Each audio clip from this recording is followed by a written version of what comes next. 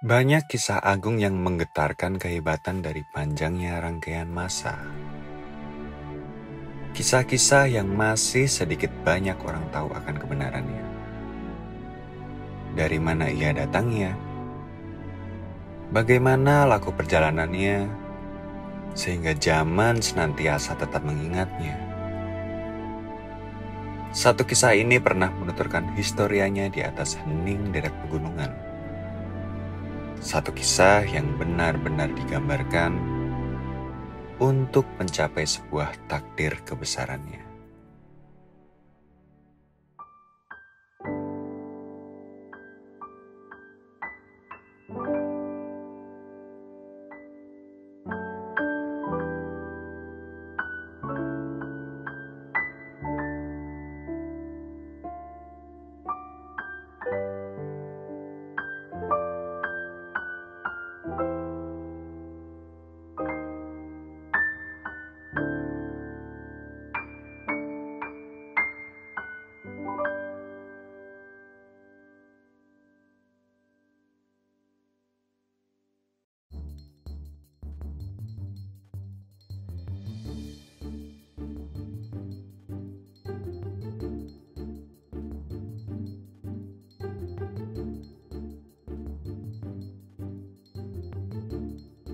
Jadi kita sampai mana sekarang? Karena aku doang yang nggak tahu nih. Mas Genta udah kesini sama-sama. Ya. Kemarin kita sempat kesini juga kan, Syah. Ini kita namakan dengan Gunung Gambar. Di tempatnya tempat apa ini? Yang pertama adalah tempat dengan view pemandangan yang sangat bagus. Selain itu, Nanti dilihat di atas. Ya. Ya itu nomor satu itu. nomor satunya itu, view-nya bagus lah pokoknya. Top. Terus yang kedua, jelas lah tempat yang punya banyak cerita kan secara karena kebetulan di sini ada beberapa cerita dari beberapa tokoh juga. Berhubungan sama yang kemarin. Berhubungan sama yang kemarin nggak ya? Ada juga yang berhubungan. Tapi cerita yang populernya ya ada sih sedikit, ada hubungannya. Nanti kita bahas ini pasti di ujung di atas biar Tasya gampang apa ya membayangkan. Cobalah nih lihat nih view poin 1 pohonnya. Vibes-nya itu seperti vibe Bali sebenarnya. Ya nggak ya? Tapi ini kita bukan lagi di Bali ya teman-teman. Kita ada di Gunung Gambar. Yuk. Tempatnya masih masuk Kabupaten Wonosari. Masih. Masih masuk Kabupaten Wonosari. Tadi kamu bilang tempatnya kayak apa sih? Kayak di mana? Kayak di Jepang. Tempatnya kayak di Jepang. Tapi kalau di Jepang tempat berhantu. Di sini tempat berhantu apa tidak, Mas Gaduh? Oh iya pasti ada. Makanya Tasya nanti kita tanya-tanya, tapi jangan sekarang.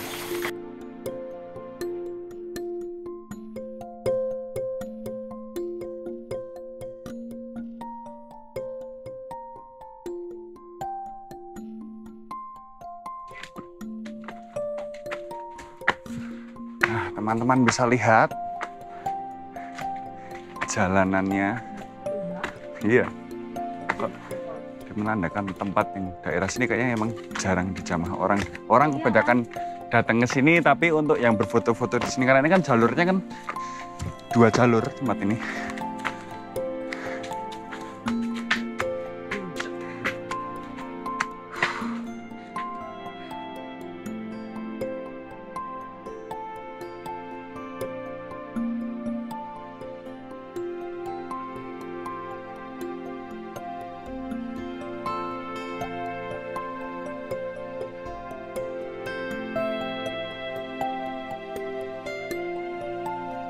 Oke, Mas Gaduh sama Tasya, sekarang kita sudah sampai di puncak Gunung Gambar ya. Ini tepatnya kita sedang duduk di atas apa namanya, Mas Gaduh? Batu Kong. Batu Tempatnya bokong. Oh, memang itu kelihatannya. Iya.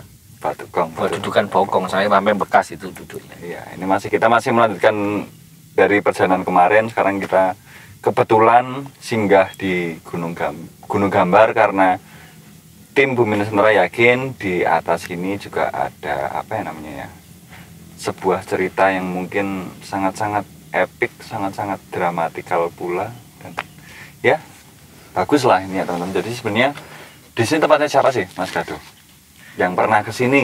Yang pernah ke sini kalau yang populer dengan nama penamaan Gunung Gambar sendiri adalah Raden Mas Said, atau teman-teman mungkin familiar dengan nama Pangeran Sambernyowo. Siapakah beliau? Beliau adalah pendiri Pura Mangkunegaran, berarti kerajaan Mangkunegaran lah. Jadi kalau teman-teman ingat Putin Soeharto, istri Presiden Indonesia yang kedua, Pak Soeharto, istrinya Jalur Mangkunegaran. Tuh. Terus dia kalau kesini ngapain Mas? Mencari apa? Jadi Pangeran Sambernyowo, siapa yang kesini? Pangeran Sambernyowo kesini itu kasusnya itu ini. Jadi ceritanya panjang ya, sebenarnya ceritanya panjang. Jadi poinnya aja, jadi triggernya itu dari peristiwa inilah, setelah perjanjian Giyanti lah. Jadi sebelum perjanjian Giyanti itu kan kita tahu bahwa terjadi perang konsensi Jawa yang ketiga itu kan sebetulnya antara pihak kerajaan Kartosuro yang saat itu dibela atau peruh dengan VOC, sedangkan Pangeran Mangkubumi, belum ada Jogja nih, berarti Pangeran Mangkubumi, jadi posisinya masih kerajaan Kartosuro itu kan, Mangkubumi dengan Pangeran Sambernyowo itu juga pro, mereka berperang melawan VOC dan Surakarta lah, kerajaan Surakarta. Perjanjian Giyanti itu membuat berdirinya kerajaan Kesultanan Yogyakarta. Jadi Pangeran Mangkubumi atau yang kita kenal akhirnya menjadi Mangkubuwono pertama itu diberi pembagian, dipecah lagi kerajaan awal yang utuhnya Mataram utuh ini dipecah lagi menjadi ada Surakarta dan ada lagi Yogyakarta. Otomatis akhirnya setelah perjanjian itu Pangeran Sambernyowo sendiri loh. Akhirnya setelah itu Pangeran Sambernyowo akhirnya malah justru bukan dikepung, maksudnya justru akhirnya dia berperang melawan 3 kubu, VOC, Surakarta dan Yogyakarta. Dari kegelisahan itulah yang membuat dia akhirnya ke sini, ke Gunung Gambar. Tujuan dia itu ke Gunung Gambar ya karena awalnya ada kegelisahan. Tuh. Jadi mencari solusi. Mencari solusi. Kenapa harus di sini? Saat itu sebetulnya kan kalau bicara Gunung Gambar, dulu namanya Gunung Gempol sebenarnya. Gunung Gambar itu muncul setelah penamaan itu muncul setelah Pangeran Sambernyowo di sinilah. Kenapa nanti kita ceritakan. Sebenarnya ada di bawah kayak penjelasan beberapa penjelasan di bawah, memang Pangeran Sambernyowo itu di masa kecilnya, mudanya itu dekat sama orang-orang sekitar sini. Eyang Cari lah, jadi kita ngomong Eyang Cari itulah anak turun Eyang Cari itu yang salah satu yang mendidik, ngajar bela diri, ngajar segala macam ke Pangeran Sambernyowo. Jadi secara psikologi ya mungkin awal-awal masih ya galau, mau nggak mau kan cari orang-orang yang dekat sini. Terus di situ nanti ada namanya Ki Demal Singodikoro itu mengatakan tulis, daripada itu kamu cobalah merenung dan mencari ilham lah untuk solusimu ke sini. Tapi nanti ada urutannya, dia diminta ke sini. Kenapa di sini? Karena di sini sebetulnya itu ada nanti ceritanya, ada namanya Ki Gading Mas awal yang di sini. Tapi namanya masih Gunung Gempol. Dia suruh ke Gading Mas. Sekilas saja Ki Gading Mas adalah jalur dari Brawijaya V juga. Di sini akhirnya dia mendapatkan, ada proses laku di sini membuat dia akhirnya mendapatkan solusi dari masalah yang dia dapat. Tapi ya maksudnya apakah kedatangan Pangeran Sambernyowo sebenarnya sudah jauh-jauh hari diramalkan beliau akan datang ke sini? Harusnya ya. Harusnya. Karena kalau di ujung-ujungnya kan sebetulnya kan nampak tilasnya akhirnya kan dia harus ke sini. Kenapa sih harus ke sini gitu loh? Dianjurkannya ngurutnya nggak langsung ke Puncak ya, kita ngomong berarti kan urutannya langsung bicara ke area sini, di bawah ada namanya tempat Ki Gading Mas, dia harus ke situ dulu. Arnong, Sowan siapa? Sebenarnya Sowannya kan sebenarnya jalurnya jalur leluhur dia. Ujung-ujungnya gitu kan. Ujungnya Brawijaya V lagi. Terus dia di sinilah akhirnya dia ada proses internal beliau untuk laku, tapa, berata dan segala macam, akhirnya mendapatkan solusi. Solusinya apa? Solusinya adalah di sini dia setelah proses itu mendapatkan ilham lah dan gambaran masa depan. Ilham itu salah satunya strategi perang, melawan kan susah banget Tasya, ngelawan 3 orang, 3 kubu, 3 kubu kan susah banget itu. Ya bayangin lah rasanya gila, maksudnya buset, aku dengan yang hanya kecil ini harus melawan 3 kubu besar kan, besar kan, 3 kubu besar. Dia ada strategi perang di sini, harus bagaimana dia dapatkan di sini. Dan kemudian dia juga ada gambar ke depan bahwa nanti suatu saat kalau aku memiliki sebuah kerajaan kecil sendiri, harus di mana, bentuknya di mana, wilayah di mana. Dan itu akhirnya nanti terjadilah di proses perjanjian Solo Tigo saat akhirnya dia mendapatkan tanah Merdikan, dia milih tempatnya itu dari Ilham di sini. Yang akhirnya tempatnya sana di lereng dekat laut. Dia dapat tuh dari siapa? Dari Ki Gading Mas ini? Enggak, dia lakuin. Intinya dapatnya dari Sang Pencipta. Oh. Dia dapat dari Pencipta bahwa ada gambaran lah. Dia harus strategi perang seperti apa, segala macam, terus gambaran nanti kerajaan kecil dia seperti apa di depannya. Dan akhirnya nanti setelah perang timbullah perjanjian Solo Tigo saat dia akhirnya diberi Solo dipecah lagi kan, Jogja nggak mungkin dibagi, Solo dipecah lagi, dia memilihlah area yang namanya sekitar terkenal dengan area Mangkunegara, salah satunya puncaknya dekat Lawu, lereng Lawu. Tapi ya masnya sehebat apa sih masnya strategi atau taktikal perang yang dimiliki oleh Pangeran Sambernyawa setelah atau saat beliau duduk di tempat ini? Ya, kembali lagi bicara yang dia dapat ilham tentang strategi perang, keren sih sebenarnya. Maksudnya dengan apa ya, mungkin bicara populasi dengan sumber source tentara segala macam yang kecil, dia bisa menciptakan salah satunya kayak terkenal pasukan berkuda yang terkenal lah, itu namanya Sekawan Dosojoyo, itu terkenal, itu salah satunya itu terkenal. Terus dia bikin pasukan khusus perempuan, terus akhirnya memunculkan di sini, dia memunculkan ilham tentang Tiji Tibe, mati siji mati kabeh, mukti siji mukti kabeh. Jadi saat dia berperang itu benar-benar memposisikan dia itu aku sama kalian, kalau mati satu mati semua, sukses satu semua, bukti itu jaya satu jaya semua. Dan itu terbukti akhirnya benar-benar yang perang dia itu kan juga kayak strategi yang salah satunya gerilya sama gampang hilang. Jadi dia itu dekat banget sama akhirnya dengan warga, jadi dia bisa perang nyerang dada habis itu ngilang, perang dada ngilang. Itu strategi dia, salah satunya itu didapat di sini, membuat akhirnya susah. Puncaknya itu bahkan dia pernah merebut, mohon maaf mau nggak mau dia pernah merebut Keraton Jogja, nyerbu sampai Keraton Jogja. Setelah itulah nanti akhirnya muncul perjanjian Solo Tigo. Wah, kayaknya susah banget nih orang katanya. Keren banget itu. Ini loh Mas, salah satu bukti kehebatan yang dirimu pernah cerita ke aku yang di mana pasukan dia cuma mati berapa, musuhnya mati jadi berapa. Jadi dia pernah diserang di 3 kubu, pasukannya hanya mati 3 orang, padahal jumlahnya sedikit, kubu musuhnya mati 600 orang. Keren banget. Seperti tentara Sparta, Handri. Setelah itu puncaknya ya tadi perebutan Keraton Jogja. Itu kan kecolongan luar biasa lah bagi pihak 3 kubu itu kan. Akhirnya VOC menganjurkan pihak Solo sama Jogja untuk ya sudahlah berdamai aja sama Pangeran Sambernyawa. Solusinya apa? Ya sudah, kerajaan Surakarta dipecah lagi. Jogja udah nggak mau, udah pecah lagi. Tapi kalau kayak gitu kan berarti bukan karena fisik kan, pasti ada mungkin pasukannya laku juga. Oh iya, kalau pasukannya nanti kita bisa bahas khusus pasukannya itu yang 40 itu ya cuma 40 loh pasukan 40 itu terkenal.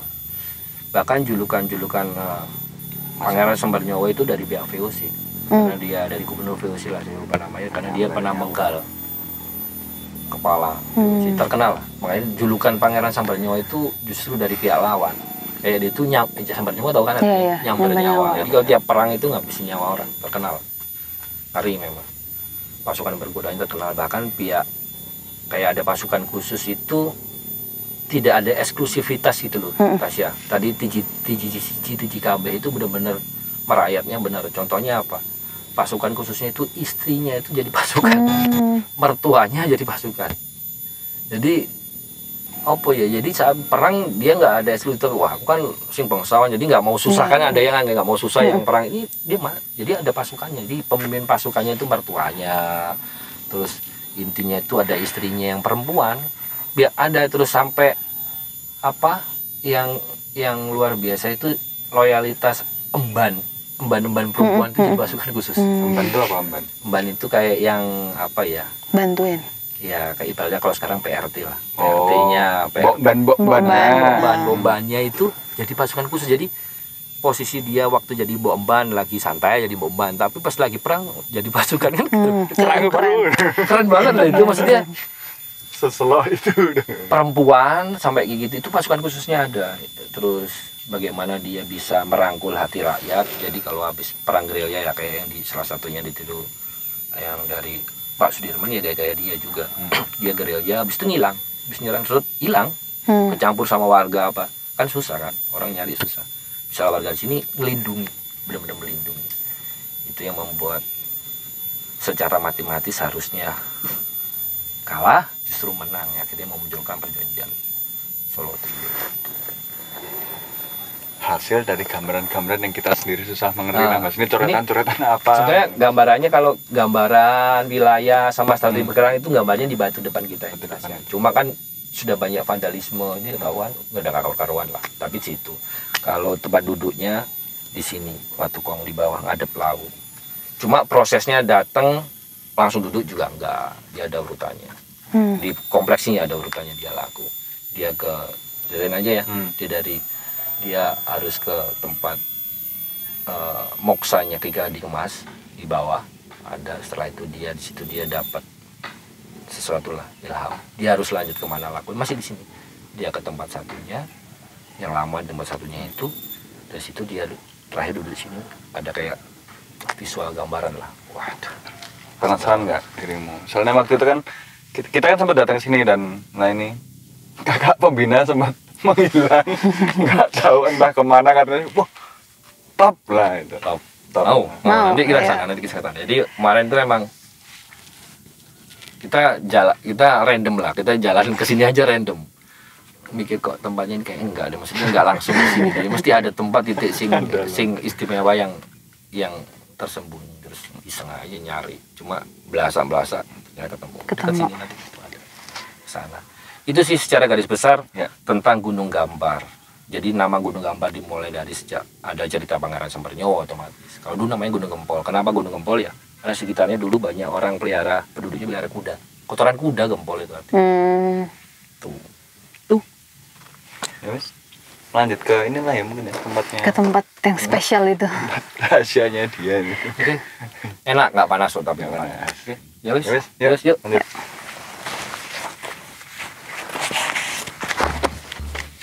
Berarti jangan sampai sana. Aku sih ya. Aku dulu pelan-pelan bisa. Batunya aman sih. Aman. Nggak bakal bikin berat. Ayo. Aku nahan di sini sih. Yuk. Merosot aja boleh enggak? Udah aman bisa tangan. Apa yang nanggung? Nah, tak pegangin ya. Bisa.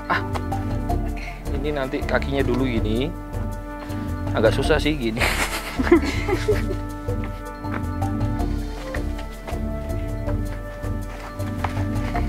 Tasya, hati-hati. Tasya, hati-hati licin, duri, pohon dan sebagainya. Merunduk ya. Hati-hati merunduk pol. Nah, merunduk pol.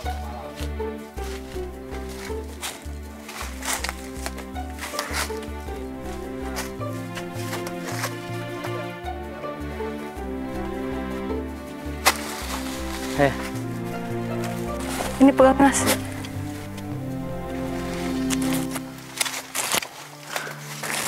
Tahan sini, aku duluan. Kupromo nanti. Bisa ditinggalin. Ini awas ya, ini duri. Ini makanya prefer pakai celana panjang ini duri. Langsung injek ini, brek. Ini udah nginjek ini nggak apa-apa ini. Terus ini kemana? Udah sini, injek ini boleh. Ganggu banget nih GoPro. Lihat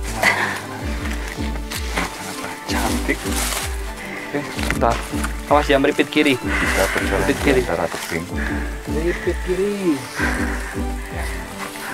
Pijakannya sangat Kenapa nggak ada yang bilang jalannya begini?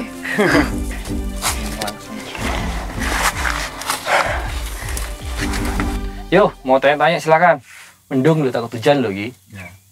Apa yang beliau ini Mas renungkan dengan melihat Merapi itu sebenarnya apa? Ya sebetulnya poin ini kan balik lagi kemarin yo. Kemarin itu kan sebetulnya dari atas, Asia dari atas kan. Awal itu kita datang ke atas tempat ini waktu survei ke atas tadi loh, yang view-nya Merapi. Terus kita ke Gunung Gambar. Entah kenapa terus aku mikirnya nggak mungkin langsung duduk Gunung Gambar. Kata teman kita ada cari tempat satunya lagi urutan lakunya, laku utamanya. Udah, kalau tanya Mas Genta kan nggak dikasih izin. Nah, dia kan nggak mungkin kasih izin ya, langsungan aja. Mereka lagi sibuk asik, wah ngeliat view, kabur. Cuma saya salah jalan. Kalau tadi kita kan nyari yang udah enak. Saya itu menempuh dari sisi sana lebih susah. Terjang lewat batu itu, lewat rimbun-rimbun, mana ada bekas patangan pohon. Karena saya mau beripil yang mana sih guanya, ternyata ketemu ini di bawah gua. Dan kemarin tuh sempat ngeliat, oh ada bekas beberapa, itu masih ada air mineral sama dupa waktu itu, berarti ada orang tahu lah, karena ada orang tahu di sini ada tempat itu. Kembali lagi kalau cerita, ya dulu Pangeran Sambernyawa itu nggak langsung ke Gunung Gambar, Asia Mas Genta. Jadi awalnya dia itu setelah diminta Ki Demang Singodikoro tadi untuk, oke lah kamu coba cari ilham ke Gunung Gempol, bilangnya Gunung Gempol kan? Ya.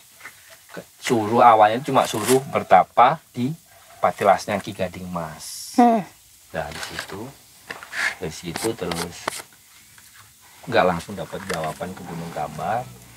Pangeran Sambernyawa naik, tapi kok ada rasanya yang kurang, balik lagi turun. Kan itu nggak bentar kan duduk di situ. Gading Mas akhirnya mendapat sesuatu. Oke, cari tempat yang nyaman untuk bagus untuk mencari. Kan salah satunya untuk tempaan dia laku ke hajatnya dia. Ternyata dia nyari, sebenarnya ada patokannya. Dia itu suruh nyari ke patokan pohon, kayak pohon kayak gini. Saya nggak tahu namanya pohon ini apa. Ini termasuk salah satu clue saya nyari. Clue nyari kemana itu harus deket pohon ini. Akhirnya dapat. Ternyata ini adalah titik setelah dari Ki Gading Mas ke sini laku sudah cukup. Di puncak Gunung Gambar itu hanya penegasan dapatnya sesuatunya. Tuh. Sebenarnya malah di sini betul. Di sini tempaan tebalnya itu di sini. Yang topo poso, topo apa itu di sini. Istirahat seadanya. Kalau di atas kan nggak mungkin istirahat. Istirahat di mana? Yang terbuka tempatnya tuh. Tempaan tebel tuh. Tempaan tebel maksudnya yang. Contohnya apa? Dia ibaratnya kalau kita ngomong fisik aja ya, dia lakunya berhari-harinya di sini lamanya, kayak puasanya, semedinya kenceng di sini. Kalau lelah banget istirahat di sini. Kalau orang semedi itu kan nggak makan nggak minum ya Mas? Mereka aus nggak sih? Atau nggak ada aja rasanya? Jadi sebetulnya kalau bicara semedi, ini sekilas ya. Nanti kalau kita ada sesi, itu keren nanti ada sesi khusus tentang semedi. Jadi semedi itu ini ilmiahnya ini, Asia. Kita itu kan di gelombang otak itu kan banyak. Ada gelombang alfa, beta, gamma, segala macam lah. Tapi gelombang-gelombang itu kayak beta itu bagusnya bisa gede gelombangnya kalau kita gerak. Lah semedi itu hebatnya semedi itu secara fisik kita itu kan kayak hibernate itu loh. Hibernate tapi gelombang betanya kita itu bisa membesar. Gelombang beta itu bisa ada ide apa itu. Tapi kayak nggak capek. Itu orang semedi itu seperti itu. Jadi kalau bicara lelah nggak itu kayak orang tidur sebetulnya. Yang jalan cuma ininya otaknya. Kita ngomong ilmiahnya itu. Tapi secara ininya adalah secara spiritualnya. Cuma kalau bicara kok kuat nggak makan nggak minum kan kayak orang hibernate kan. Lu kayak ya nggak kerasa. Iya, nggak kerasa. Nggak kerasa gitu. Hibernate lah bicaranya. Penasaranku ya, terserah mau anggap mutu apa enggak. Tapi pasti kan yang Pangeran Sambernyawa dapatkan sih kan tentang perang, misalnya ilham tentang perang yang dia dapatkan terus gimana? Munculnya seperti apa? Apakah mimpi? Karena kan kita berbicara tentang taktik dan strategi ya. Jadi gini, bicara awalnya itu tidak ada. Maksudnya mengharapkan bukan hanya tadi karena kayak mengharapkan gambaran kerajaan dia Mangkunegaran gak ono. Intinya kan galau wis piye nih, asalnya aku boleh menjawab bahasa ini ya, bahasa ngukunya. Wis piye nih, wis dikeroyok wong telu. Ke tentaraku mung ngene iki piye, iso menang apa ora, wong galau. Gusti mbok tulungi ke sini. Ternyata di sini ono ya gambaran kalau mau ngalahin itu manusia itu ada filosofi, dia nggak dikasih ada filosofi. Oh, mereka itu bersatu, lemahnya di mana, kamu harus mendekati rakyat karena raja itu bagian dari rakyat. Filosofi itu yang diterapkan nanti gambaran strateginya dia. Makanya nanti ono perang gerilya muncul hilang itu yang nggak dimiliki sama justru sama 3 kelompok besar itu toh gitu loh maksudnya itu. Jadi kalau awalnya tuh nggak langsung ini loh Mas Genta, aku datang ke sana harus mendapatkan strategi perang, bukan gitu. Pasti mumet dasku lah, piye gitu loh, mumet lah. Bayangin aja terus digadang-gadang dia Pangeran Mangkubumi itu yang awalnya pro sama dia, setelah perjanjian Giyanti ya udahlah kita damai lah. Dia dapat kerajaan Kesultanan Jogja, dia dapat apa-apa. Yo ngeluh toh. Tahu. Apa? Gitu Mas. Jadi kalau kita melihat dari filosofi nama dari Samber Nyowo sendiri kan terlihat seperti sebuah nama yang sadis ya, karena itu diberikan oleh musuh, julukan yang diberikan oleh musuh. Tapi apakah memang setelah beliau memiliki armada yang kuat dan ini apakah kepribadian beliau juga menjadi seseorang yang bengis gitu juga atau tidak? Kalau ngadapin ini, jadi kalau dia itu posisi dia itu kalau sudah laku ksatrio, jadi kita bicara laku ksatria. Kalau laku ksatria itu kalau sudah perang, ya perang itu ya sudah seperti itu. Kalau lawan ya harus memang di medan laga bengis. Tapi ada rambu-rambunya kayak perempuan, anak-anak yang kalau ketentaranya sudah nyerah itu. Jadi yang mengerikan Pangeran Sambalnyo itu seolah-olah musuhnya terutama VOC itu melihatnya itu kalau ada hadir dia itu kerjanya cuma nyamberin nyawa musuh, ngambilin nyawanya musuh gitu loh, itu tujuannya. Tapi secara ini enggak itu juga. Kalau gini Mas Genta, kalau beliaunya itu bengis harusnya nggak akan bisa dekat sama rakyat, ngerti nggak sih? Yeah. Sampai kesininya gitu, maksudnya nggak akan bisa dekat kalau karakter bengisnya secara bengisnya itu kayak analogi saat dia benar-benar perang lawan musuh ya wis maju tak gentar lah gitu. Tuh. Ada yang tanya Mbak Tasya, kalau enggak saya mau tanya sebagai mau tanya sih. Mbak Tasya ada yang tanyain? Enggak. 1, 2, 3 Mas Genta. Saya mikir sih. Oke, aku tanya Mbak Tasya dulu ya. Mbak Tasya, tadi Mbak Tasya datang ke sini, di atas kita ini kan batu yang tidak kita turun. Mbak Tasya terlihat ke sana seolah ada yang mau manggil, ada yang manggil. Tadi ada yang manggil nggak sih? Ada. Nah, ceritain dongin saya sama di atas sini. Di atas sini. Jadi pas dia nggak lihat, awalnya nggak lihat, jadi cuma jalan. Terus aku nengok kan ke atas batu itu. Terus dibilang tuh bukan di sebelah sini, di sana gitu. Terus aku ngerasa kayaknya ada apa gitu di situ. Tapi ya udah jalan. Terus Mas Gadu datang.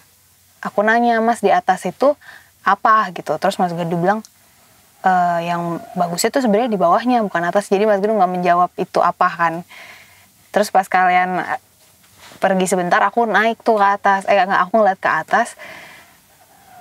Ada laki-laki tapi tua banget. Dia cuma ngomong intinya mau ngapain, sebenarnya nggak di sini, tahu tempatnya gitu. Terus aku cuma bilang ya aku nggak tahu sih, tadi katanya di bawah gitu.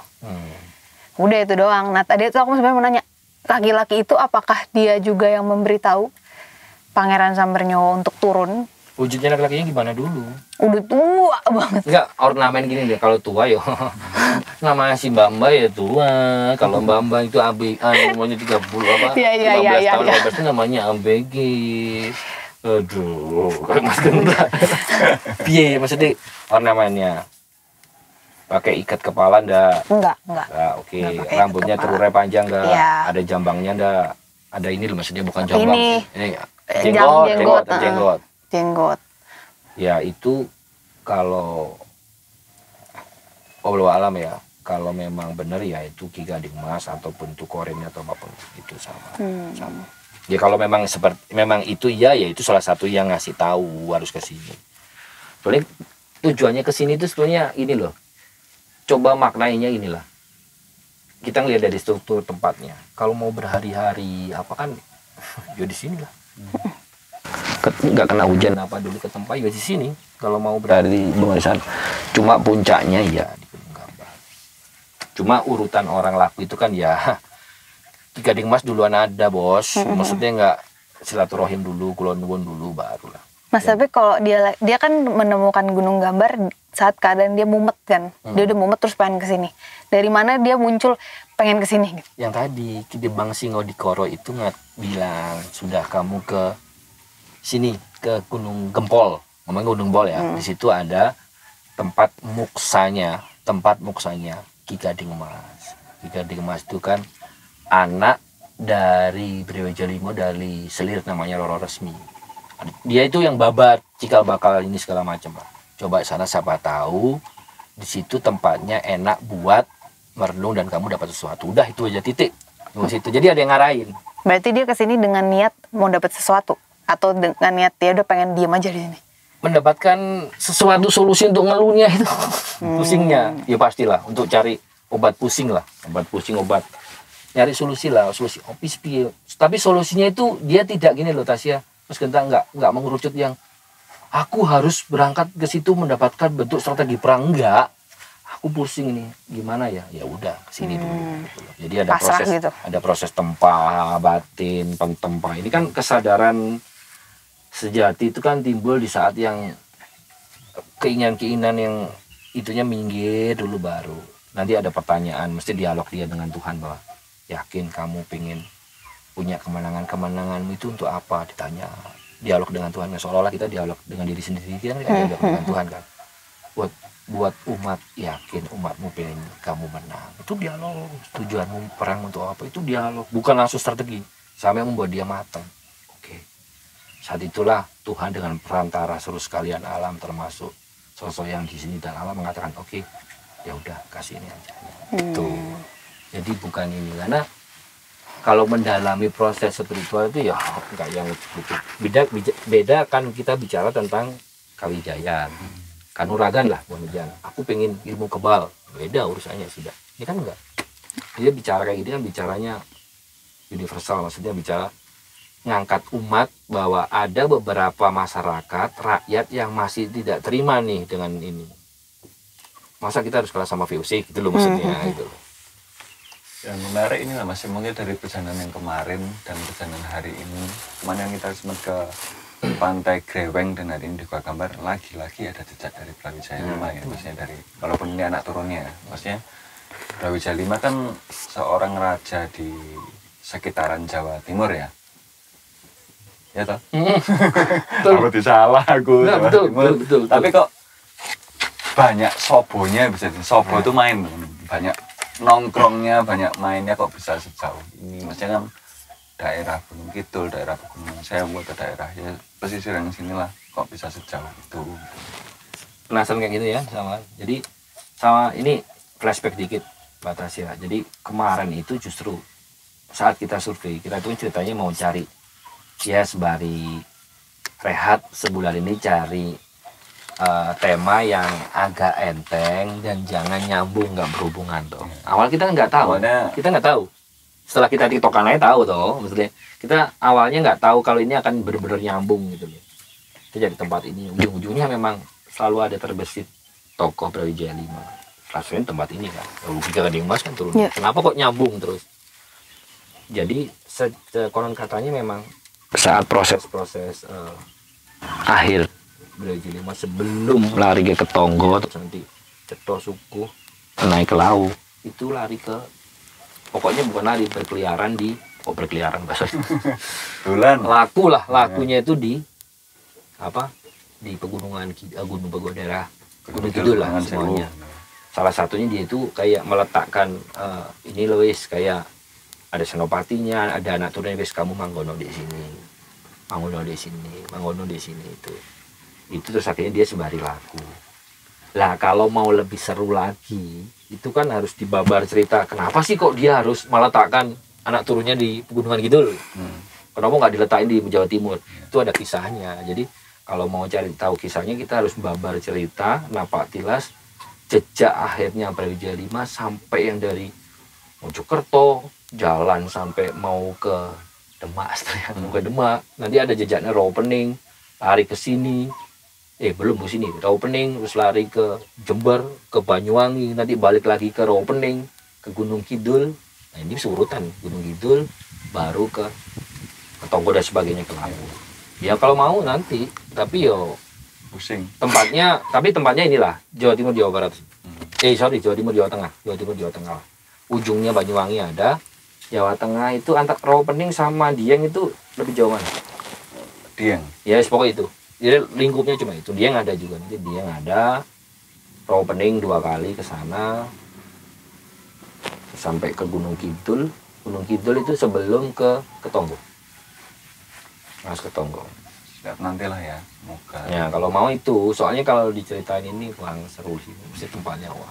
Kan pasti ada peristiwa, ada sebab. Kenapa sih kesini? Kenapa sih jauh-jauh? Ada urusan apa? Oke. Ya, mungkin sekelas tentang Gunung Gambar itulah ya. Ada yang kita sudah melihat tadi di atas puncak-puncaknya, sekarang kita sudah mengunjungi tempat rahasianya juga, tempat teruk dan tempat dia apa yang memikirkan segala sesuatunya sebelum akhirnya memutuskan di atas sana. Ya wes lah, setelah hujan kita balik lagi. Batasnya di depan, tuh di tengah ya. Wes aku dulu, kita balik lagi. Batasnya kalau mau nikmatin ngevlog goanya boleh silakan. Mau tidur dulu nggak apa-apa, kita tunggu di atas. Aku tak balik. Indomie, mau bikin Indomie dulu nggak apa-apa. Nanti kalau mau pulang mau mampir turun ke tempat di Gading Mas duduk bentar. Merenung damai boleh lah. Dan saya lapar teman-teman. Ya Allah, lapar, buang tua ini ya Allah. Di